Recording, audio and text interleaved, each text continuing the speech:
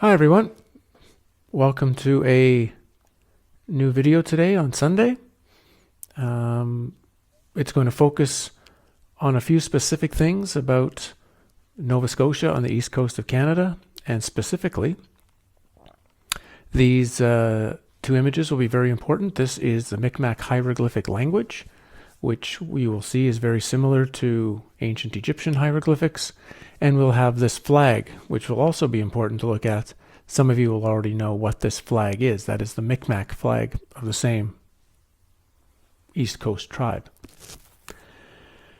Coming to you with a video, partially because I think first of all, there was a whole lot of people that came over, I guess, from a Reddit thread yesterday or a few days ago to my San Francisco video. So it was nice to see all of you join that video. And some people, I guess I didn't say it correctly when I said I wasn't going to be looking into any more history, and people thought, well, I wouldn't do any more historical videos. And I didn't specifically mean that. What I meant was I'm not going to go researching more things than I've researched to this point. I'm not going to go researching new stuff and do videos on new things, so to speak.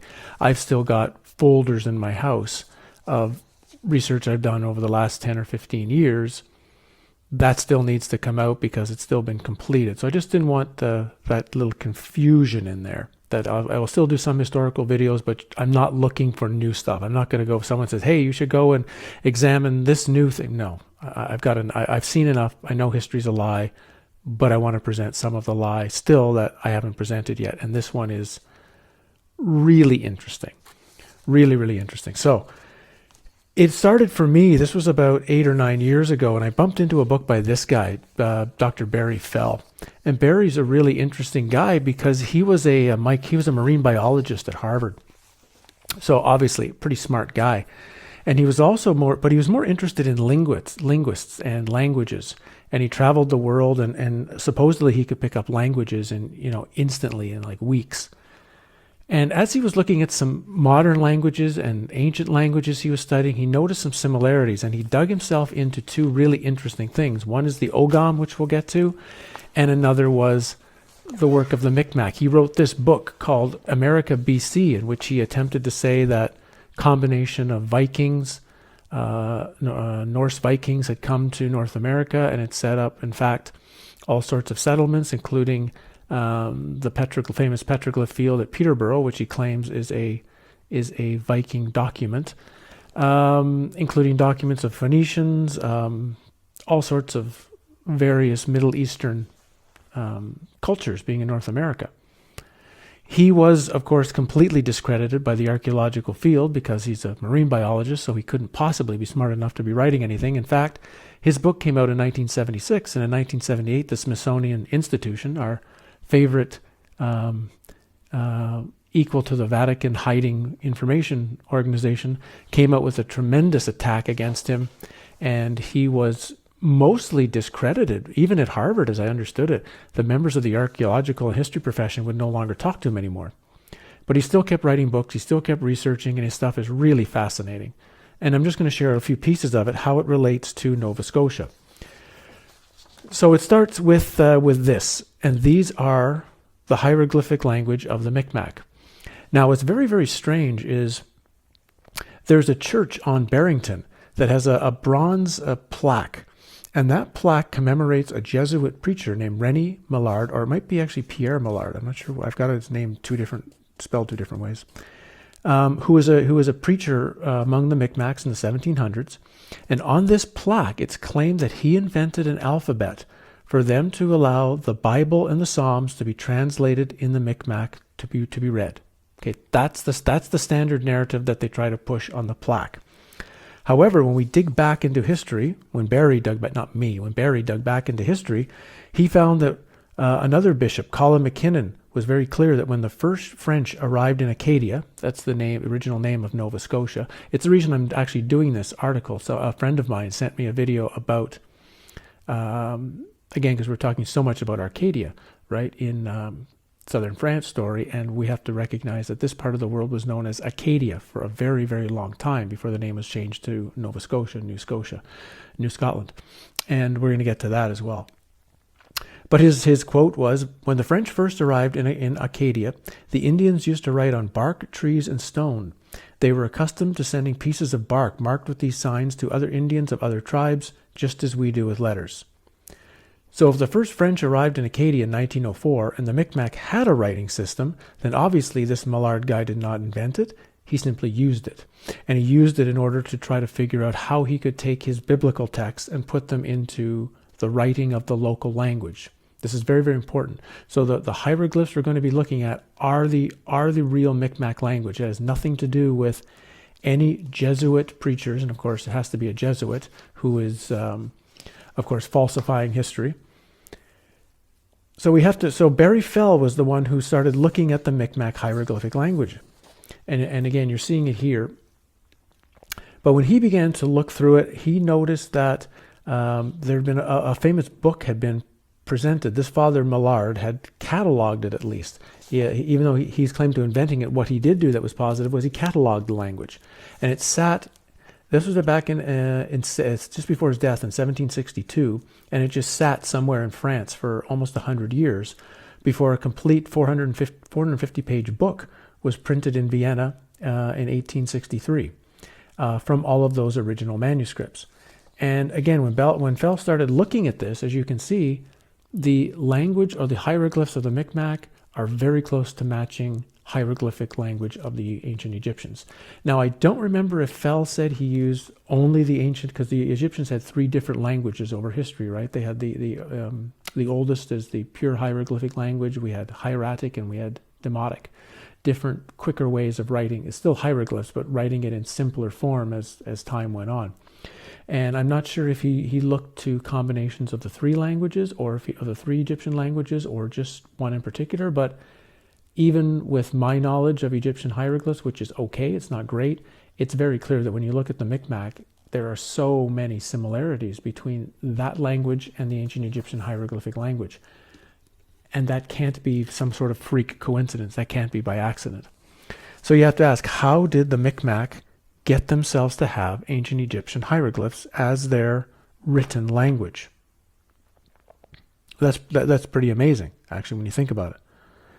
And it's more. It's not just the Micmac who had these kind of things. Another priest in 1866, Eugene Vetramil, related that some of the Wabanaki that he worked with in Maine possessed, since the time of the first French missionaries, in their wigwams a kind of library composed of stone and pieces of bark, and the medicine men had large manuscripts of peculiar characters, which they read over the sick person. The Indians assert that by these signs they could explain any idea with every modification, just as we do with our writings. When the French missionaries arrived in the country, they made use of the signs, and they found them in order to instruct the Indians. So again, people like Father Maynard, they didn't invent the language. They simply, in some cases, added things to the language in order for, in their mind, to express concepts that in their Christian theological teaching didn't exist in the standard Micmac way of thinking. And that's a whole theory in itself, how the Micmac and the ancient Indian thought process was so clear and clean, and it was only, like, for example, they didn't have a word for lying. Lying didn't exist in the language until white people showed up. They didn't know what a lie was because they didn't do it. So a whole bunch of these things had to be added into the language, but that doesn't mean he invented it. It means he improved upon it. Now, as I say, Nova Scotia is a really interesting place. The French first arrived there in 1604 and it has the name of Acadia. All right, and I'm pretty sure the proper name would have been Arcadia, or they tried to hide the name somehow. There is a suggestion, of course, that this was a direct connection to the Celtic lands. I think it was Fell who claimed that to the Norse Vikings, they called this place, what was it called? New Ireland or Further Ireland? I'll have to find the exact name. It's here somewhere. And if you think about, there was a time, of course, when the sea level was much lower, and it would have been much, much easier to boat transit from the British Isles to the east coast of Canada. Some have suggested that this is actually the Avalon of King Arthur, that King Arthur's entire story of Avalon and whatnot doesn't take place in England. It takes place here in Acadia. What's very interesting is the stories that these apple orchards that are in Nova Scotia now, that claiming that the first Acadian French planted these orchards when they first showed up. Or, of course, the orchards could have just been there, like the way Indians had been growing and looking after themselves for hundreds and thousands of years, and then the French just took over it. This all leads, of course, connected to the area known as Oak Island, which is just south of a part of Nova Scotia, which I don't want to go into all the theories and the strangeness of Oak Island and the money pits and the belief of the possible connection with the Knights Templar or William Shakespeare or the body of Jesus or whatever, right? That literally all of the things we're talking about in southern France link to this area of Oak Island. But what's really interesting is that there are no oak trees in Nova Scotia. Oak trees don't really grow there, but they seem to grow on this particular island, and they seem to grow on the island on the exact opposite side of Nova Scotia, which is linked by a river, as if for some reason these two islands were set up in such a way with the oak trees, the oak being, of course, the ancient Druidic wisdom tree, or that if you were going to describe or present wisdom, you would always do it under an oak tree. So you have these two islands set up as oak islands on each side of, I believe it's the Gold River. So here you have, all of these alchemic symbolisms of the Gold River and the oak sitting there in Nova Scotia. And then that takes us to the next thing we want to look at, and that is this flag. This is the flag of the Micmac Indians. Almost no tribes in North America had originally their own flag, but this is well known to have gone back many generations in the past. And first of all, it looks strange for when you see most native tribe flags. They're mostly splashes of color, and they're nothing like this. But if we show this flag, this will make it even more interesting. This, of course, for anyone who can recognize it, is also the battle flag of the Knights Templar. And if we put the two of them together, they are exactly the same. So why have the Micmac Native Indian tribe of Nova Scotia taken on as their flag the battle flag of the Knights Templar? And if you consider the Knights Templar are supposed to have disappeared in the early 1300s when the Catholic Church wiped them out. So when exactly did the Micmac adopt the battle flag of the Knights Templar as their own flag?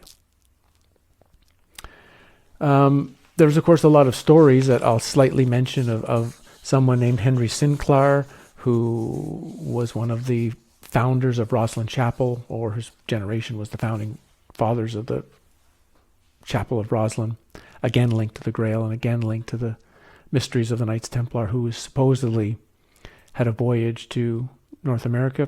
These are things we can't prove, but these are links that a lot of people have tried to show that that the story of the Knights Templar didn't end in southern France in the early 1300s, that it moved around the world, and eventually the Templar story moved to North America. When you look at the Algonquin Indians, because the Algonquins are sort of the tribe that are a little bit over to them, just as we're talking about language here, what's very interesting for them is Fell, in his book, was able to show how closely the Algonquin language shows similarities to Gaelic, the original Irish language, and as well to various Middle Eastern languages. So we have a Celtic and Middle Eastern language similarity in the Algonquin tribes. And as you went through various tribes in North America, you will see key links to other languages that are too coincidental to be correct. Then we have Cherokee, right? Cherokee, I don't know if you've ever tried to listen to any of the Cherokee language, but it's a language that is unlike any other native language. It's not even close to what the other languages speak. And there are rumors that the Cherokee's language is like the original, or is a link to the original language of humans on the earth. I don't know if that's true. I'm just throwing this information out at you since we're talking about language and these native tribes. Again, one of the other things that for Fell was important was that he felt that to the Norse Vikings, North America was considered a word like called Greater Ireland. And another individual down here somewhere in my notes suggested that it was Phoenicians who had come quite often to North America, following the course of a specific star from the Middle East to the North America, which they called La America. La America.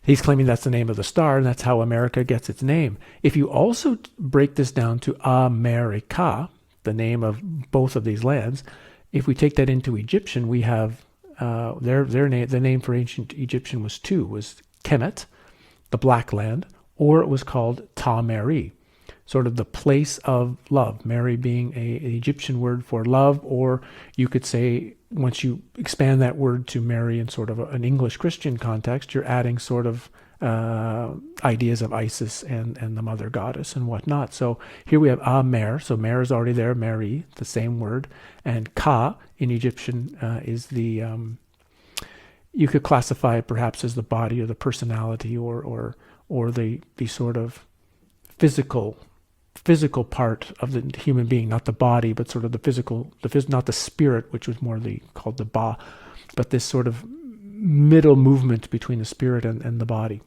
So we have this America, Latin, is very similar to Ta Meri, and we find these strange things. I believe on Oak Island, if I put it up here, they're calling, I don't know were they calling this some sort of cross? I don't remember what they called it, but it's quite obviously a stylized Egyptian Ankh. And if you look for these similarities with an open mind, you'll find them all throughout North America. I'm just throwing a few pieces of information. And again, to Fell, he began looking into this language called Ogam, and I'm going to show you what Ogam looks like here. And it's so interesting when you begin to see that there was a writing and a language far beyond where writing and languages were supposed to be, particularly in Europe, that when I go now, because of Bary Fell, when I go to petroglyph fields, because Norway and Sweden, where I'm in, they have huge petroglyph fields. And if you recognize that you're not just getting pictures like this, you're not just getting some images, you're getting the lines as you saw in the first one, or these cups, they're known as circular cup marks. Each of these are part of, according to Bary Fell, the Ogam language. And as I learned some of the Ogam and learned how some of the words were, you can in fact notice the language. You don't just have a person drawn in the rock. The person will always have some lines on the side of them or dots on the side of them, which archaeologists try to say, oh, they're trying to show clothing, or they're trying to show the fringe of what they're wearing. No, they're not wearing it. It's not fringe, it's language. The language is actually being placed there. It's just the modern historian and the modern archaeologist is not, we'll just say, not awake enough to understand what they're looking at. And instead, you have this massive opportunity for knowledge. I'm not saying I agree with specifics of everything Bary Fell has chosen to explain what the words translate Ogam to, English, of course, but I think he's on the right track, that if someone really studied Ogam really really deeply and went into a lot of these old petroglyphs and old drawings all over the world, you would be able to extract a second layer of information that people don't actually think is there. For a few other small little details, I'll just again remind you of three little pieces of information. The first is the Micmac also have a very interesting mythological hero. His name is Gluescap. And if you travel around Nova Scotia or know anyone from Nova Scotia, there's Gluescap everything in Nova Scotia. There's a Gluescap trail, there's a Gluescap beer, I think, there's a Gluescap everything. And if you look into the mythology, it's very similar to Osiris from Egypt, or Viracocha, or Quetzalcoatl in the Americas, where it's sort of like this father god, or the civilizing god, or the person who brings brings knowledge and wisdom and crop tending and whatever. So the very same similarity stories of these other famous ancient deities are built into this Gluescap. Some try to say again that this Gluescap is Henry Sinclair. And I'll try to, I guess, leave you a link below where you can look into some more Henry Sinclair stuff, because it's an extremely long story, and I don't want to get into it, and I'm trying to keep my videos to 20 or 25 minutes. But again, the belief that he was sort of one of the key Knights Templar that, in a sense, came over to Scotland, and that his family line held the Grail and held the secrets of the Templars, and eventually traveled to North America and took it there. Now, the name Sinclair is really the name, comes through Saintclair, right? The name through the Saintclair family, and all of the Saintclairs are actually, interestingly, they're Norwegians. That name was granted to a group of Norwegian Normans. That's what they're known as, the Northmen, right? The ones who took over France in the 900s, and at a specific church, the church known as the Church of Saintclair sur Epte, they were given the name of the church meaning holy light, and that name was later changed to become Sinclair. And what's really, really interesting when you begin to dig into some of this very odd connection between, again, the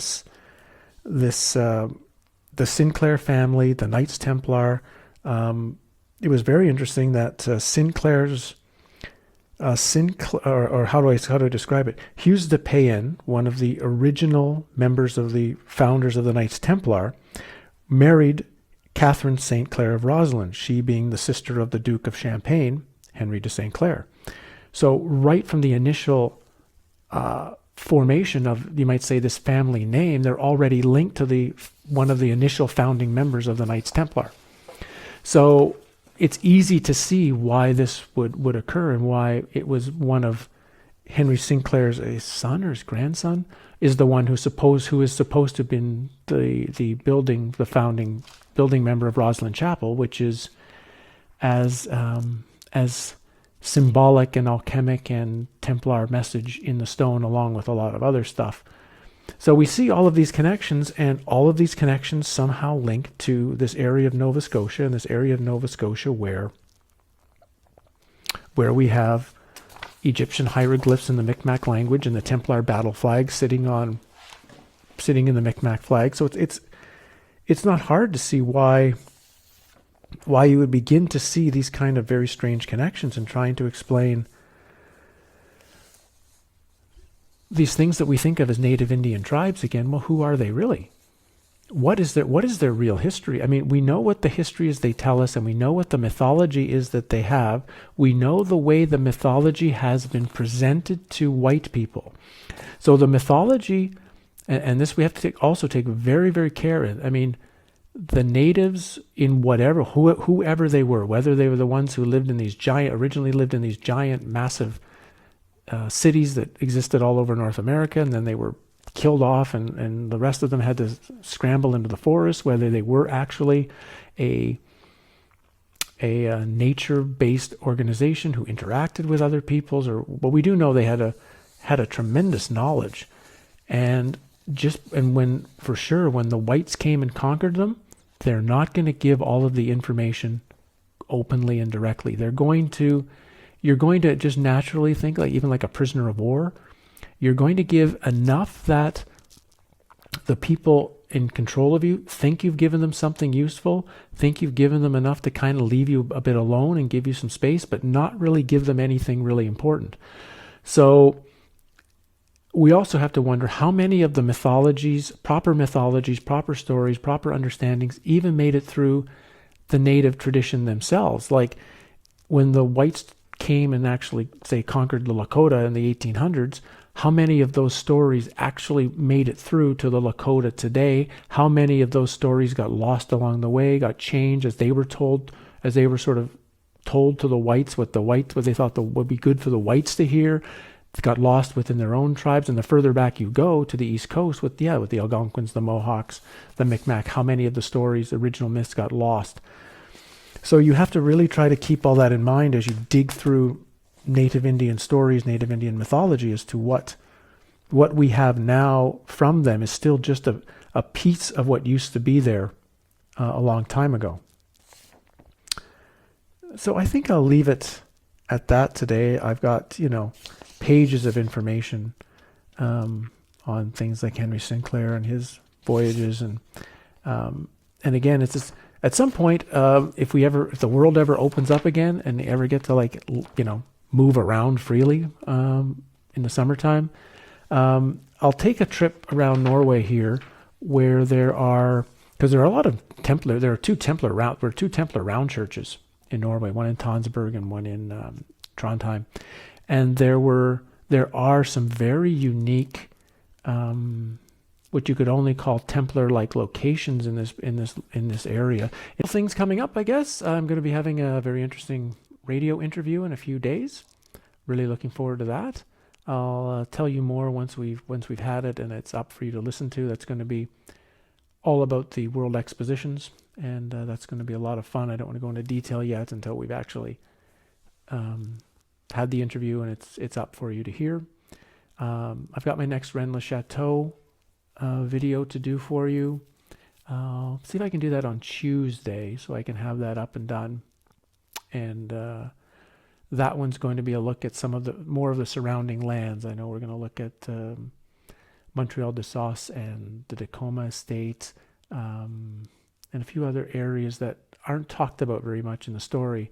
And from there, we'll move into the further weeks. We'll finally get into the Knights Templar and the secret societies, and the links to the American Revolution and the Holy Grail and the New Testament, and all sorts of very interesting pieces. So that's what's coming. Thanks everyone for joining and being around for these videos, and hopefully there's something here that, well, I can't say it's necessarily earth-shattering. Let's say it's enough to start making you think about, where did the ancients get what is classified as their primitive knowledge, but obviously once you look at it, is shown to be as wise and as knowledgeable of anything that was existing anywhere else in the world. So we'll see you in a few days with the next Rennes Le Chateau video, I guess, and information on the interview. See you soon.